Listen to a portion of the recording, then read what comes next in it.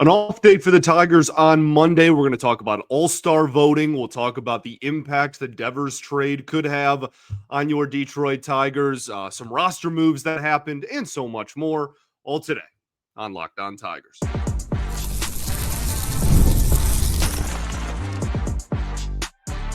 You are Locked On Tigers, your daily Detroit Tigers podcast. Part of the Locked On Podcast Network, your team every day. What is up, everybody? Welcome back to another edition of Locked On Tigers. I'm, of course, your host, Scott Bentley. Today is Tuesday, June 17th, 2025. Thank you so much for making Locked On Tigers your first listen.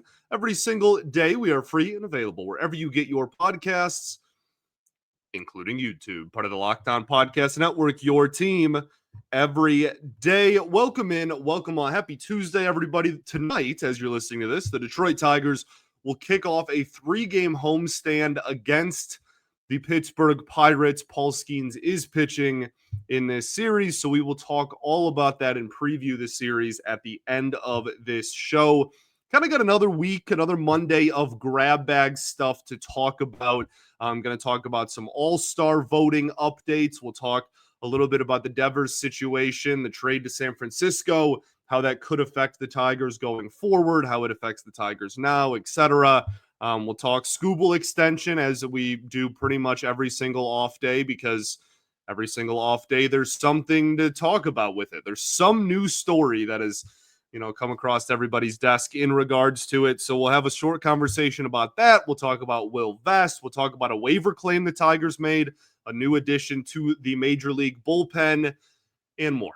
Okay, I want to start off with nothing I just said and actually talk about the letter to Detroit written by Willie Horton, who's obviously one of the most famous Tigers ever, rightfully so, was a part of that 1968 championship team. If you haven't read the letter, it is all over Tigers social media. They put it out, I think, on Thursday or Friday, going into this weekend series where they celebrated a lot of black baseball players. They celebrated the Detroit Stars and such, and the letter is just fantastic. And Willie Horton is still, around the organization when he can be. He still lives in the Metro Detroit area.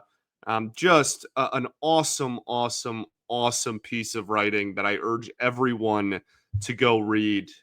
Just one of the more influential athletes in the history of Detroit sports off the field, and he was a pretty darn good player on the field, which I think is telling about how he is remembered in both of those areas. So, just wanted to highlight that and start off the show by saying I urge everyone to read it. And if you're not aware of Willie Horton's history within this city off the baseball field, then you definitely should, because I think it's an important part of this city's legacy and history, as well as this team's history. To present day and to the current Major League Baseball team that is being put out on the field, that has one of the best records in all of baseball. All-Star Game update, All-Star Game voting update. Forgot a word there. The Tigers are doing pretty well. I think there's a couple areas they could and probably deserve to improve on. But you're seeing Tigers all over the American League side of things, which I think is really exciting. At first base, this is via MLB.com, by the way, put out on Monday afternoon, just the updated, every single position, top 10 in every position for voting. First baseman, Spencer Torkelson, is 4th. I think he should probably be a little higher. He's also not particularly close to Goldschmidt or Vlad Guerrero Jr., who are about 200,000 votes ahead of him. So we'll see what happens there. Jonathan Aranda for the Rays, also slightly ahead of Torkelson, but Tork doing pretty well. I think deserves to probably do a little bit better. At second base for the American League, Gleyber Torres leads the charge. If the All-Star Game was tomorrow, Gleyber Torres would be the starting second baseman for the American League. He has 535,079 votes at the time of this recording. almost 100,000 more than second place, which is Jackson Holiday. So he's got a pretty nice cushion, doing pretty well for himself, and deserves it. Second base, admittedly, not a super strong year for American League second base. I think that that's also fair to point out. But within the options you have, I think Gleyber more than deserves it. At shortstop, Trey Sweeney is 8th, if that matters to you. Trey Sweeney, more votes for the All-Star game than Corey Seager. Okay, let that be known.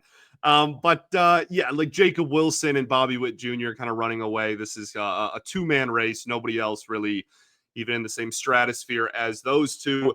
Third base, J-Ram leads the charge, and it is not even remotely close. He is pushing 600,000 votes ahead of second place, which is Alex Bregman.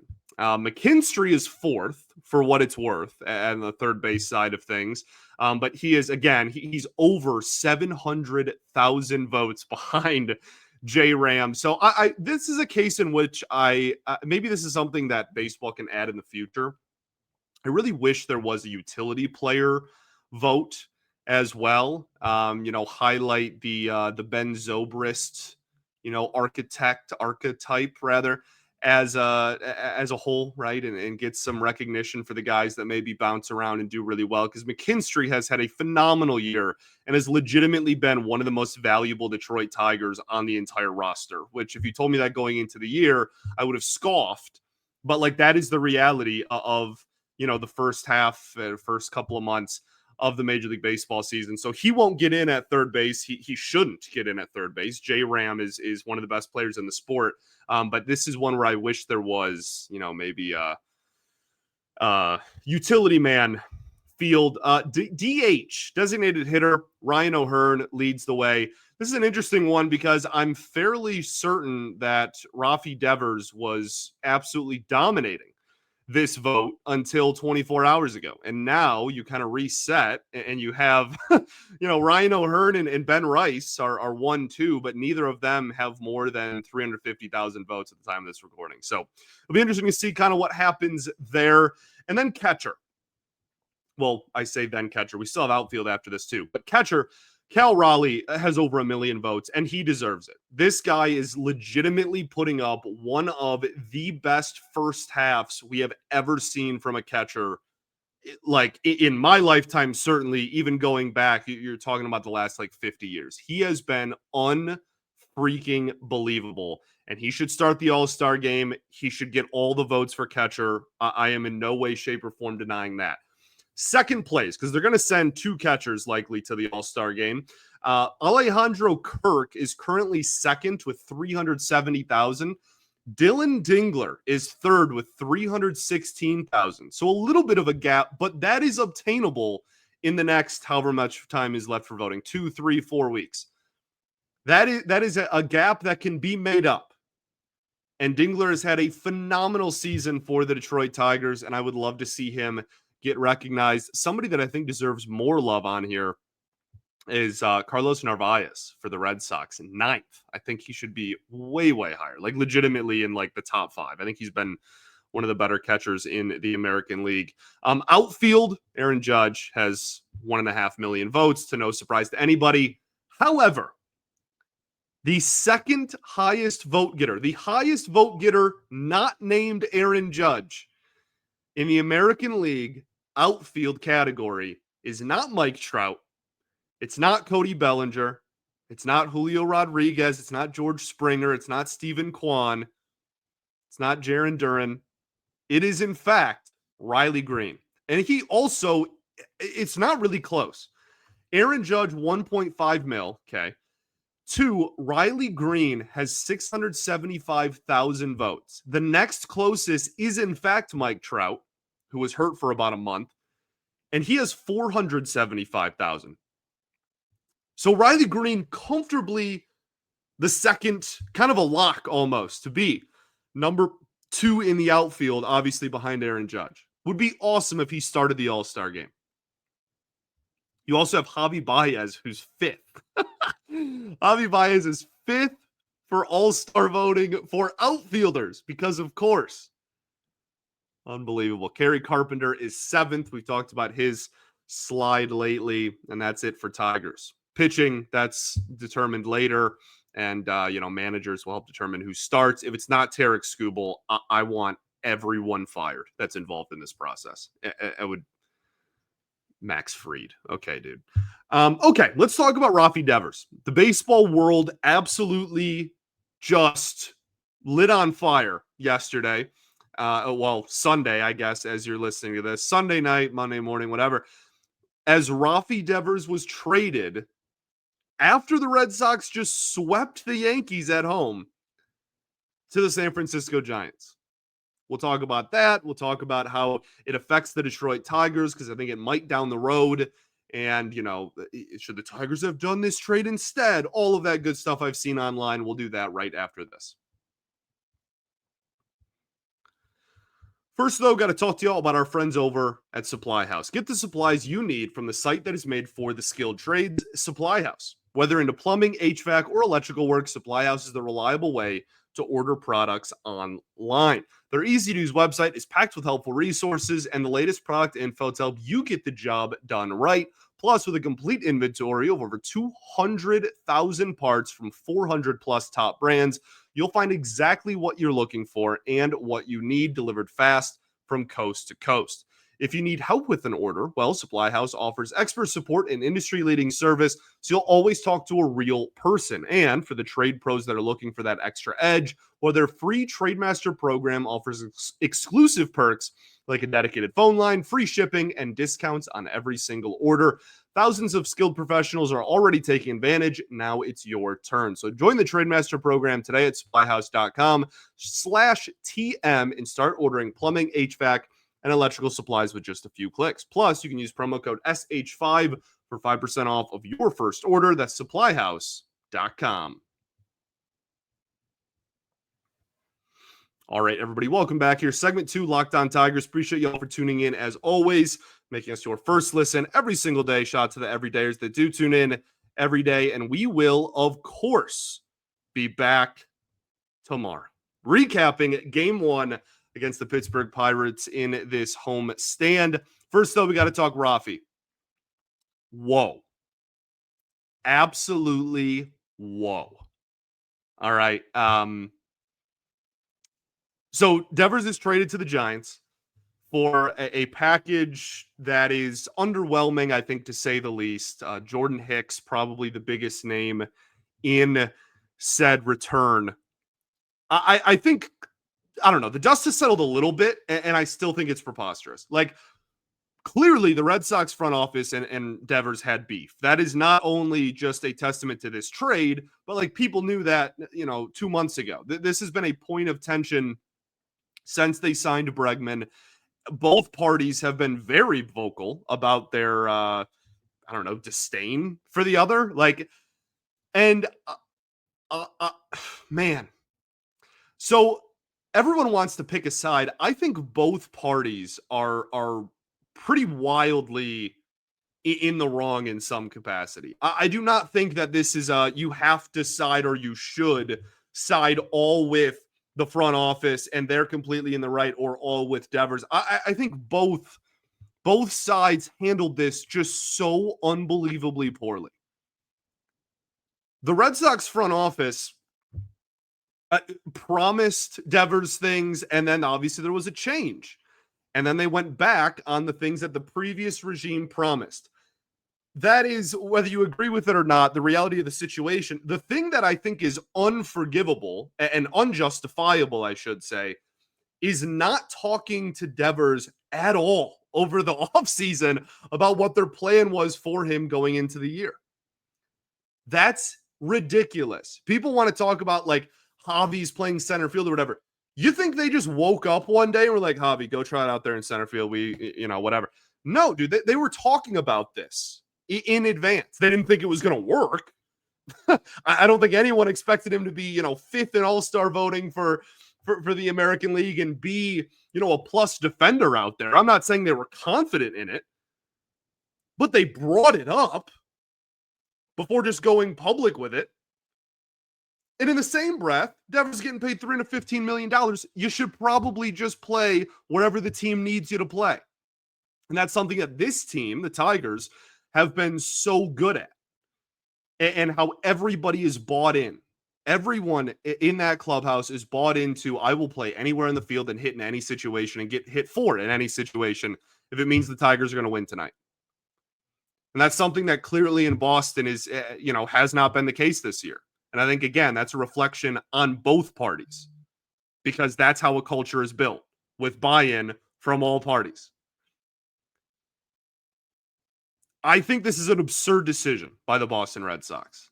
One of the things that trading Devers, that is, he's one of the 10 best hitters on the entire planet.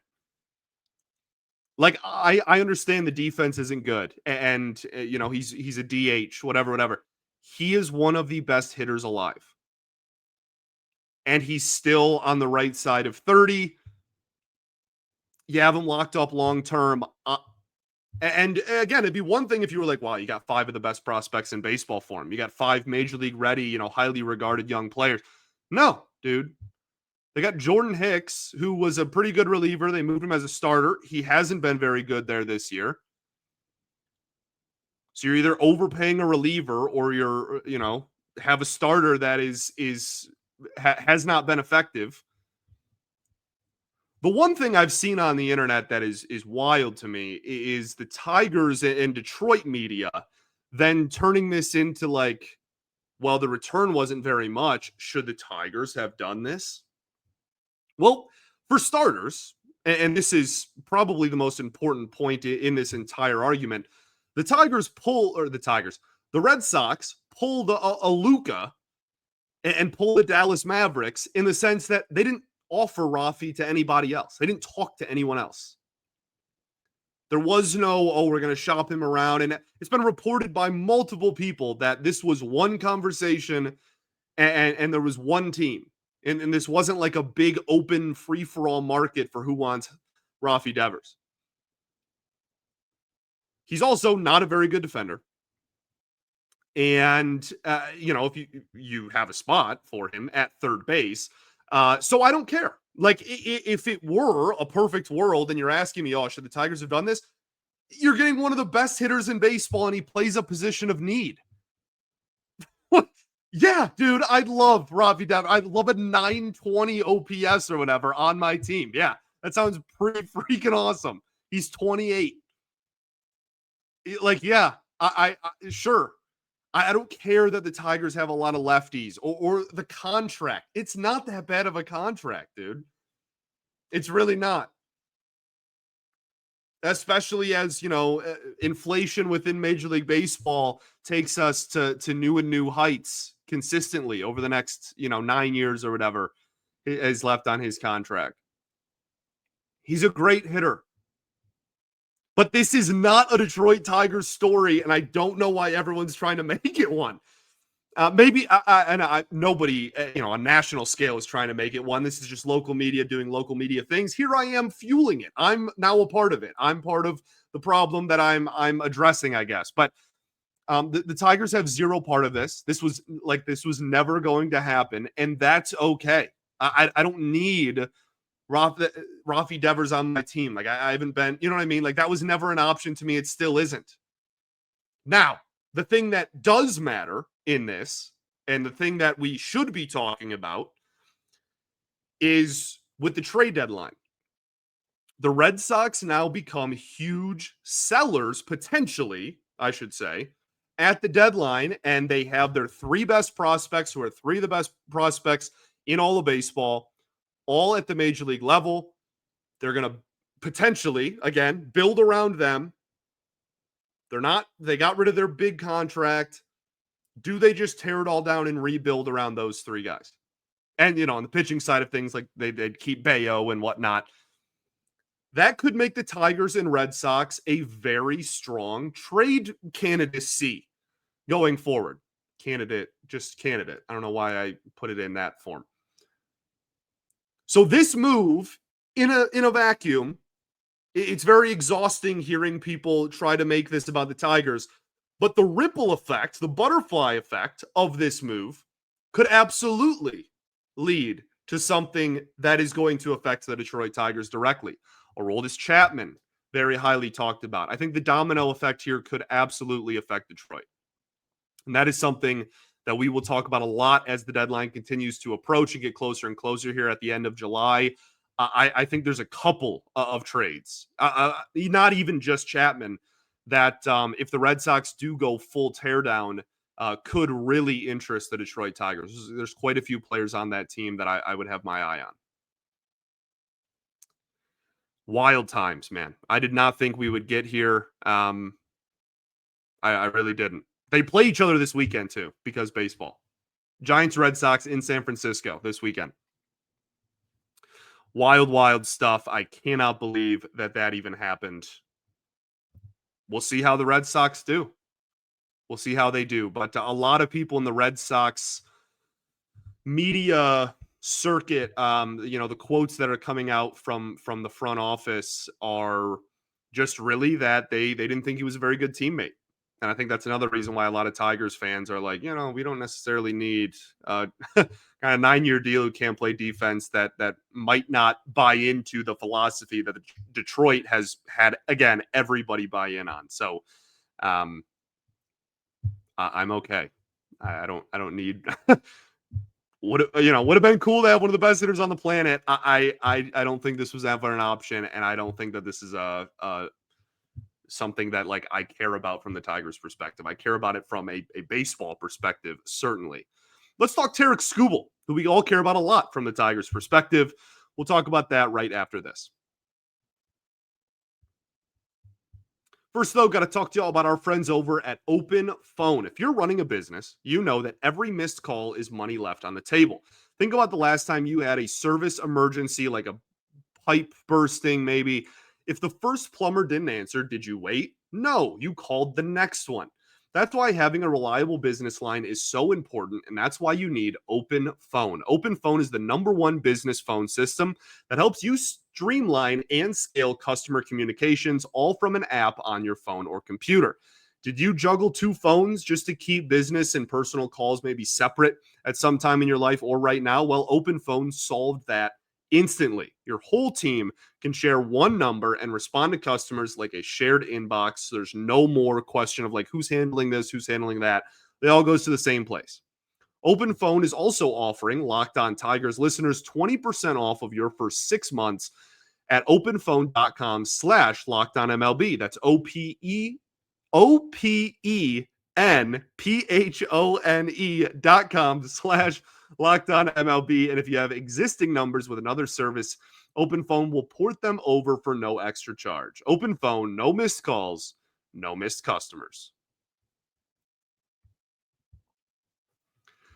All right, everybody, welcome back. Third and final segment of Locked On Tigers. It'd be great if I could spell. My life would be so much easier if I just had a basic ability to spell very easy words.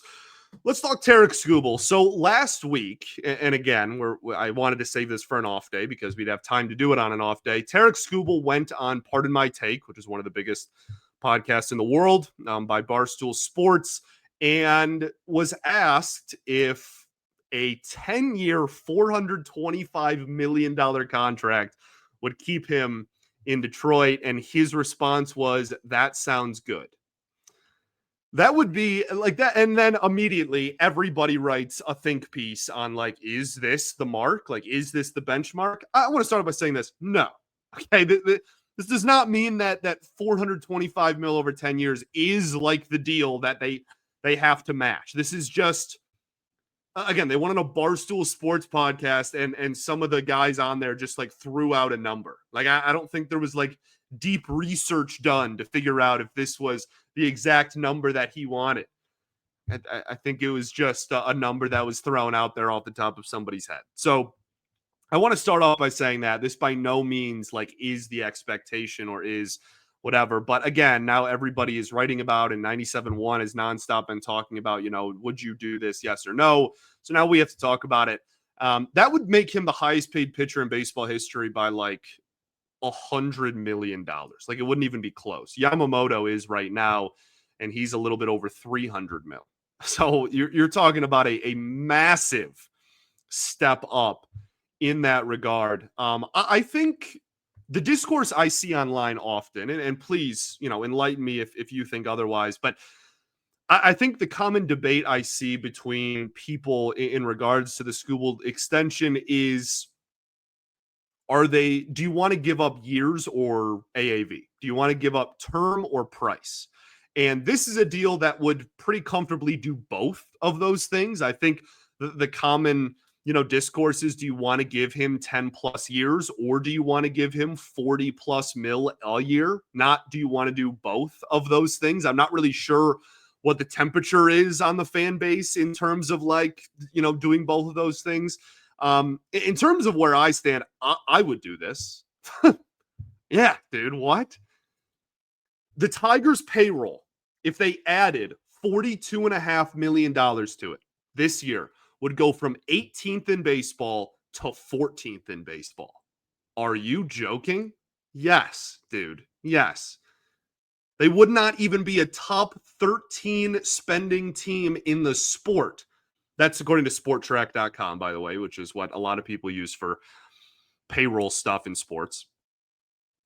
Ownership can afford to do this and a lot more, okay? Do not let them or anyone else fool you in that regard.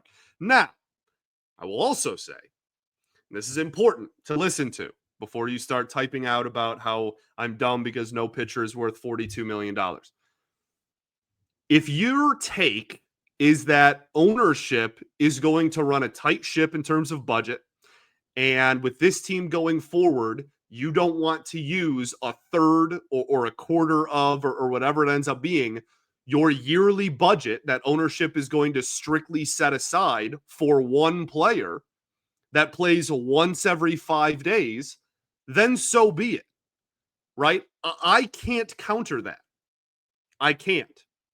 And if that really is the case, and we have no way of ever knowing that, by the way, that information or that number would never see the light of day and never will.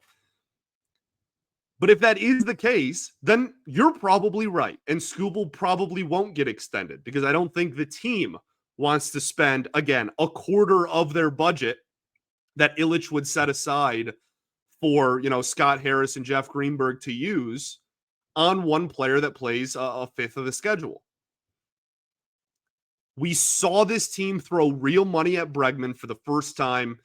Well, throw real money at anybody, and it was Bregman for the first time since Ilitch took over as primary owner.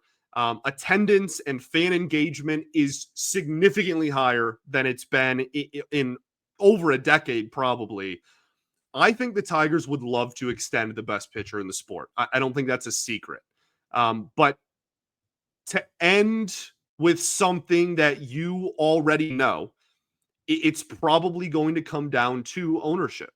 Because right now he's pitching like he should be the highest paid pitcher ever. And so that's kind of where my head is at as it stands right now.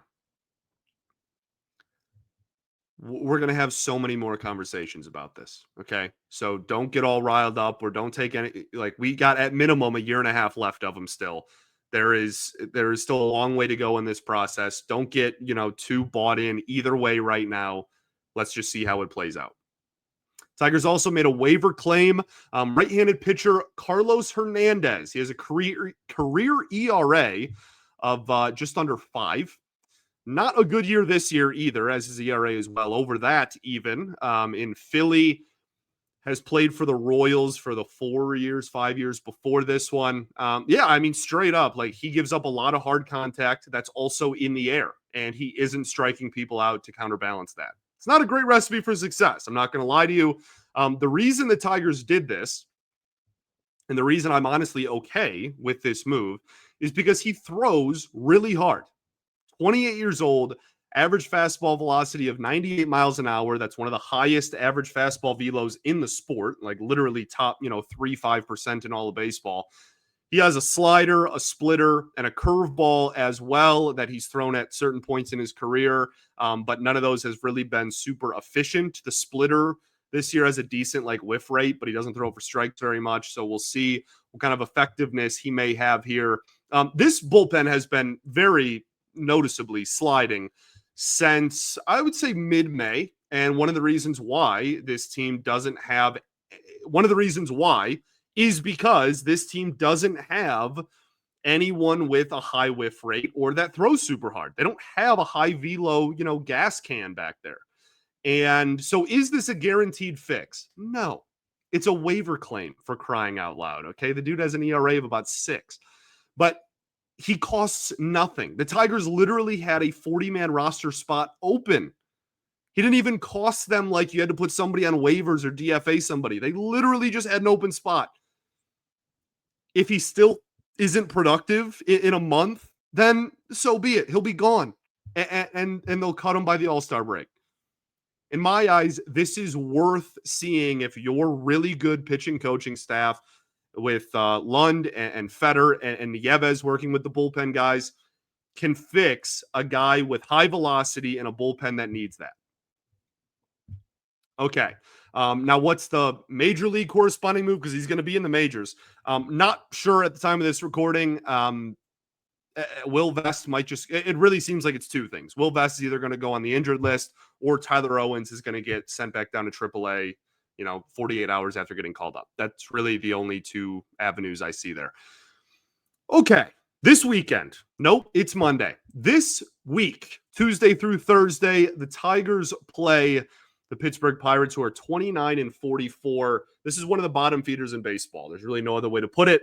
Their road record, which they will be on the road, this is at Comerica, is 10-25. It's one of the worst road records in all of baseball. They have the worst offense in the sport. They have scored the fewest amount of runs in baseball. Yes, worse than the Rockies, worse than the White Sox, worse than the Marlins. They literally have the worst offense in the sport. Paul Skeens has a 1.78 ERA and is 4-6. Okay. Go win a series. You do face Skeens, so I'm not going to say go sweep them because Paul Skeens is really good. Casey Mize against Bailey Falter is game 1. Skubal against Andrew Heaney is game 2. TBD versus Paul Skeens is game 3. We just missed Skubal versus Skeens, man. Maybe Skubal, maybe you're like, just, maybe be a little sick on like that would just be so good for baseball to have them face each other. But with the way it's staggered, you can kind of be like, okay, that makes game 1 really important. I guess what I'm trying to say with the way that it's kind of broken up. Because the Pirates are looking at Skeens and going, we should probably win that one. It's going to be a bullpen day, most likely. Cater Montero against Paul Skeens. And then game 2, the Tigers are going, okay, well, we should win that one. Andrew Heaney's had a fine year. Tarik Skubal is much better. So, win game 1. It's very, very important you win game 1 so that you don't set yourself up for a potential series loss at home against the Pittsburgh Pirates. Thanks for making Locked On Tigers your first listen every single day. Shout out to the everydayers that do tune in every day, and we will, of course, be back tomorrow recapping said game 1 against Pittsburgh. Peace and love. Going to therapy's dope. I'll catch you all tomorrow, baby. Go Tigers.